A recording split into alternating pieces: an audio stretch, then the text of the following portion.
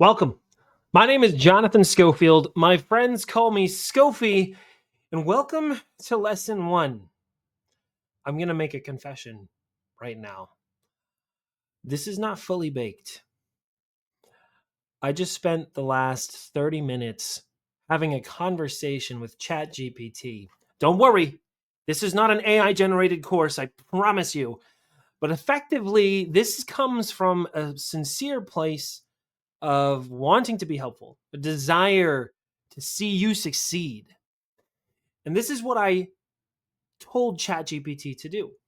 I said, I want you to function as a strategic advisor, helping me build a course so that IT business owners and IT business leaders can take the knowledge that's in here and help them build and grow into something that was a little more difficult for them to do before this course.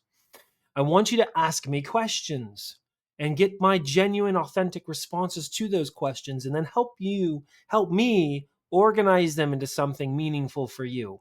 So, this is lesson one in a series on MSP business growth. I'm not necessarily an expert. There's probably nothing that I could teach you here that you couldn't go learn just by doing it yourself. But I have had the privilege over the course of my career to work with hundreds of MSPs and IT business owners from a multitude of vantage points. And I've learned some stuff. I've seen some things. And in my own business development and sales background, as an operator, as a contributor, as a leader, and now as a business owner myself, I absolutely believe that there are some core fundamentals that you can learn from me, and we can organize some good things together so you can get on the right foot moving down the path towards your goals. So, welcome and come with me along the crazy ride of whatever this is going to be. Transition.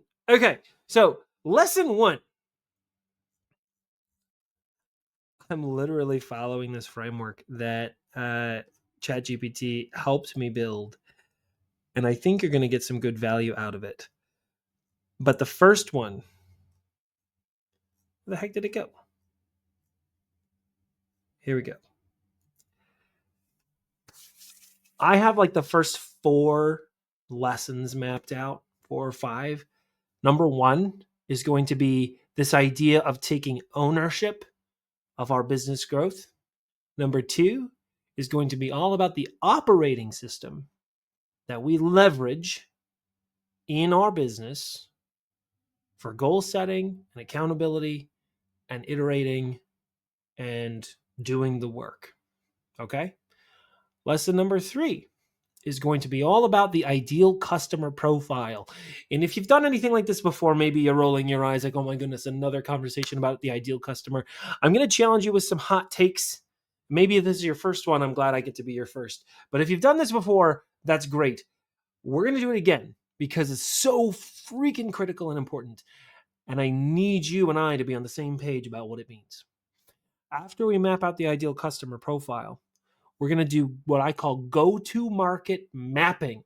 And from here, there's going to be really critical things that we discover together, like your value proposition, your mission statement, your how you deliver your services, what your messaging should be, your elevator pitch. All of these things will evolve in the go-to-market map. But none of it happens if we don't first do lesson one. Ownership mindset. All right, so I'm going to share a quick story, and I want you to tell me if you resonate with this at all. All right, you're an IT leader or IT operator in corporate IT. Perhaps you worked for a managed services business in a former life, or maybe you were just really good with computers and folks started asking you to help. But either you got fired from that previous position, got upset and left, or maybe there was a different opportunity, or maybe a current customer or other business approached you and said, hey, we could use someone like you to help us. And you just stumbled your way into your IT business. Maybe you come from the olden days when you were in the break fix model and you were plugging stuff in and ripping stuff out and responding to incidents, and that was how you earned a crust. Or maybe you had managed services from the very beginning, but the reality is early on you only had one or two clients, and you maybe didn't get those the way a lot of people think about getting clients. Probably came from a referral or somebody you knew in your network. You started an LLC, or maybe you didn't even do that. Maybe you just started doing the work and collecting money. Well, fast forward a couple of months, a couple of years, you've got your first handful of clients. You've been doing this maybe 2 years now. Maybe you've brought on an employee or two. Maybe you brought a partner in the business. Um, and now you've got, let's say, 500, 600K in revenue, and you keep getting a few referrals here, referral there. Things seem to be going really, really well. And you start to realize, man, we've actually got something here. It's going someplace. And you're kind of riding that referral train. You're building some confidence. You're getting some opinions about things. Customers are mostly happy. Maybe they love you. And you hit like 800, 900, barely scraping a million, but not quite there. And now there's a few fewer referrals. You've had turnover with one or two employees by this point. Maybe a customer or two has left. Revenue seems to do this a little bit, but you're still getting a couple referrals every year. And, maybe you start trying some stuff at this point. You start experimenting. You're throwing some mashed potatoes against the wall, hoping something sticks. Maybe it's you run some digital ads for a while, you start doing BNI, or you go into local networking groups, you're participating in your local chamber, you try email marketing for a while, you outsource some digital marketing, and you do Google ads, and you start playing around with all this stuff. And unfortunately, you're not seeing a whole lot. Maybe a couple clients come to you this way, but really the main source continues to be word of mouth and referrals. And you struggle this way for a while until you break through that threshold. Now you're at 1 million, 1.5 in revenue, somewhere in that ballpark. Now referrals are way less than they've ever been. And the bell curve of growth is way less steep. And year over year growth hasn't fully stagnated yet. But now you've gotten a little more money. Your customer base is hopefully a little more diverse. You started to learn some things about what you're good at, the kinds of customers you like to work with. Maybe you started taking some courses. Maybe you've hired a salesperson and that individual probably didn't work out. Maybe you've tried cold calling. You've done a few things. And through sheer grit, force of will, and a little bit of luck, you claw your way to $3.5 million in revenue. Now, this timeline may not match exactly your specific trajectory that you've gone on, and maybe you're earlier on in the phase. Maybe you're looking into your crystal ball and you're hearing me talk. You're like, oh, great, I have some stuff to look forward to. Maybe you've lived all of these things I've told you, and you're at this higher level waiting for what's next. It's all still really relevant to you. The reality is, around that $3 to $5 million mark, most MSPs hit a black hole where customers start to leave, often for legitimate reasons, natural reasons. And the rate of customers coming in barely takes over the rate of customers leaving. And if something doesn't change here, one of two things will happen. You will utterly fail, or you'll be in a perpetual attrition. And you're going to find yourself in a business that you start to resent and hate, where you don't have enough time to live your life, and you don't have enough money to live your life, and you are terrified of that next client leaving and kicking you in the gut. And this triple threat of fear lives ever present in your brain. I'm here to tell you that's natural. All of us entrepreneurs deal with that at every stage, really, in the business. And that's okay. It's okay. And it doesn't have to stay there. That's where the hope comes in. The whole thrust of this first lesson, the thing I want you to write down and take home to the bank is going to be a little bit of tough love for you. It's no one else's job to grow your IT business but you. It's yours. It's not Scopey's. It's not some outsourced provider who promised you the moon. It's not some fancy tool. It's not AI. It's no one else's responsibility to grow your business. It's yours. Now, with that, maybe it stings to hear me say that. Maybe you're like, okay, I get it. That's obvious. I knew that. I want you to let that really sink in, because by the end of this session together, you and I are going to make a commitment. Specifically, you're going to make the commitment. But I want you to commit to me, but most ultimately to yourself, that you will grow. You need to write it down.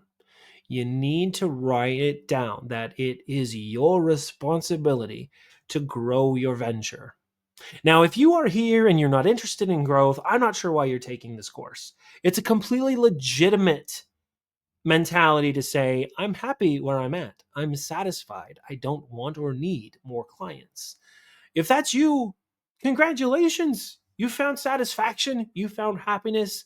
And you are content with your business being the thing that it is. And it doesn't ever need to be anything more than that.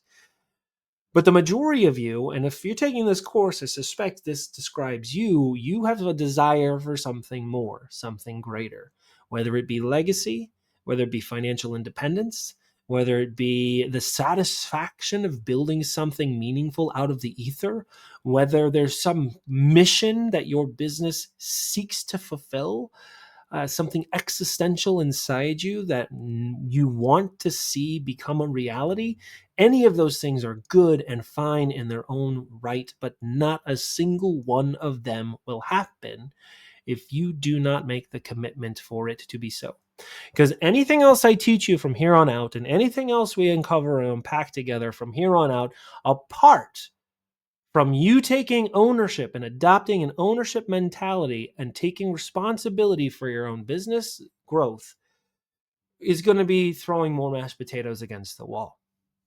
It's going to be more fruitless effort and hoping for luck, waiting for opportunity to knock rather than creating opportunity for yourself.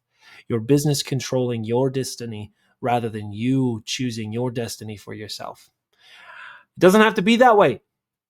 Take ownership. So the ask for you before you can move on to the next section is I want you to write out your own business owner's credo, if you will. Okay? And this is less about your business and more about you. Don't write a generic mission statement for your IT business right now. Don't write out like an elevator pitch or what you think I want you to say. I want you to dig deep into your soul, and I want you to write down what it is you want, what it is that success should look like to you, right? If we go down this journey together and you take what we teach you and you apply it and it works, what will it look like? What will it mean? So business owner credo, and what I mean by that is you write down a commitment to yourself that you will see this through to the end, that you are jumping in head first into this commitment, okay? And this is very, very important. And if you're watching this and you're like, this feels like you're rallying the troops before we, rush the gates, and good. I don't know how it feels to be rallied so, but if you don't have that mindset right now, you might as well just step away. You might as well just go try that next shiny object that doesn't work. You might as well pass the hot potato of your business growth to somebody else. So this is lesson one. This is lesson one. So take some time, write it down. It doesn't have to be Shakespeare. It doesn't have to be collegiate level essay writing, it needs to be raw. In fact, it might be best if it's raw. It might be best if it's authentically you. Just say what you feel. Say what you want and commit to changing it. Commit to achieving it. Write it down. Share it with us. Share it with me. I want to read it. And I want to be able to use that when I come to you later on in this course and later on in our relationship. I want to come back to you and say, hey, John Doe, this is the thing you wrote. This is the thing you said you wanted.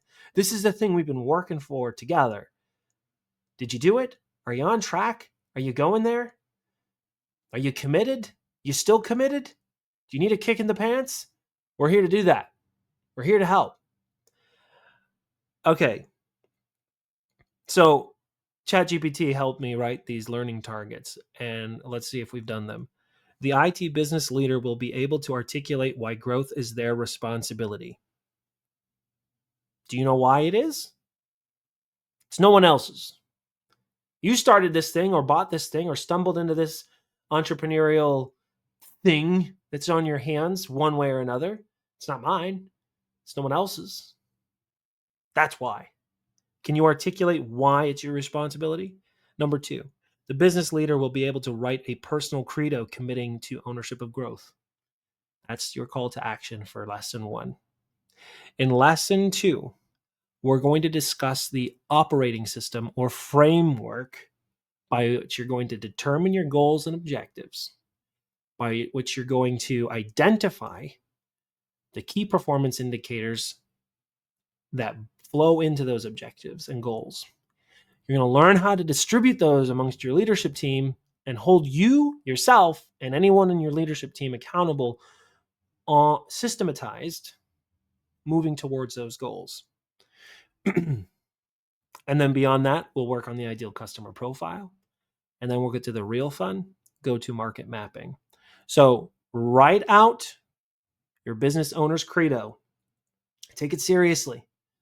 If you don't know, if you're not willing or ready, maybe you need to go for a walk, go for a hike, take a weekend, get a day to yourself. Try and step away from the business for one day. Take a notebook or a microphone and take dictation. Just speak to ChatGPT or AI or whatever and write it down, speak it out, talk it out, and then come back with nothing more than a paragraph. Honestly, it could be a couple sentences of you saying, this is what I want. I'm committed to making it so. We'll see you all in lesson 2. Be well.